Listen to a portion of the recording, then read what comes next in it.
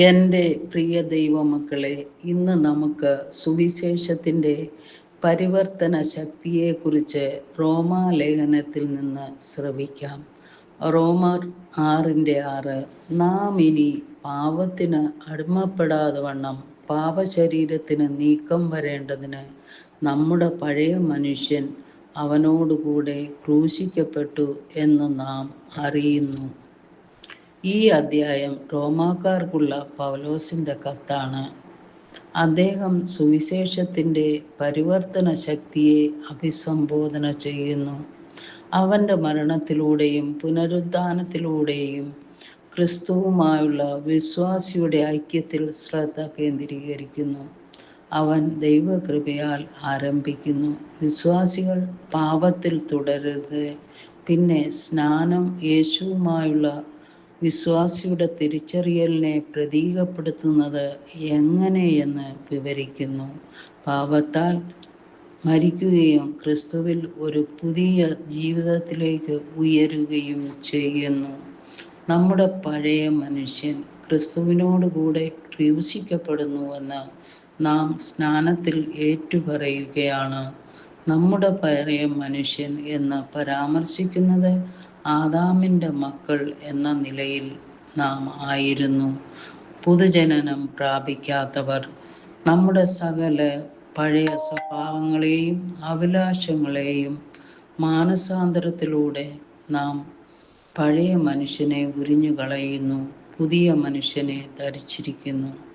ജീർണവസ്ത്രം മാറി കളങ്കമില്ലാത്ത ഉടയാട ഉടുക്കും പോലെ. കാൽവറിയിലെ പഴയ മനുഷ്യൻ്റെ ക്രൂശീകരണം അർത്ഥമാക്കുന്നത് പാപശരീരം കുറ്റം ചെയ്യലിൽ നിന്ന് നീക്കം വരുത്തി എന്നാണ്. പാപശരീരം എന്നത് അശരീയ പാപശരീരത്തെ സൂചിപ്പിക്കുന്നില്ല. അതിനേക്കാൾ ഒരു വ്യക്തിയെ ക്രൂര സ്വേച്ഛാധിപതിയെ പോലെ ഭരിച്ചുകൊണ്ടിരിക്കുന്ന, ഉള്ളിൽ അധിവസിക്കുന്ന പാപത്തിന് വ്യക്തിത്വം കൽപ്പിച്ചിരിക്കുകയാണ്. ഈ പാപശരീരം ഇല്ലായ്മ ചെയ്തിരിക്കുന്നു. അതായത് ഒരു നിയന്ത്രണ ശക്തി എന്ന നിലയിൽ പ്രവർത്തനരഹിതമാക്കി അസാധുവാക്കിയിരിക്കുന്നു. നാം ഇനി പാപത്തിന് അടിമപ്പെടാതെ വണ്ണം പാപത്തിന് നമ്മുടെ മേൽ ഉണ്ടായിരുന്ന ക്രൂര സ്വേച്ഛാധിപത്യം തകർക്കപ്പെട്ടിരിക്കുന്നു. നാം നമ്മുടെ പുതിയ ഐഡന്റിറ്റി തിരിച്ചറിയുകയും ക്രിസ്തുവിൽ ഒരു പുതിയ സൃഷ്ടിയായി സ്വയം കാണുകയും വേണം. നാം ക്രിസ്തുവിൽ ആശ്രയിക്കുമ്പോൾ നമ്മുടെ പഴയ മനുഷ്യൻ അവനോടൊപ്പം ക്രൂശിക്കപ്പെട്ടിരിക്കുന്നു. ശക്തിയാലോ പുനരുത്ഥാനത്തിലോ നാം ജീവിക്കണം. പാപത്തിൻ്റെ നുണകൾ നാം നിരസിക്കണം. സ്നാനത്തിൻ്റെ പ്രാധാന്യം മനസ്സിലാക്കണം. വിശുദ്ധിയെ പിന്തുടരണം.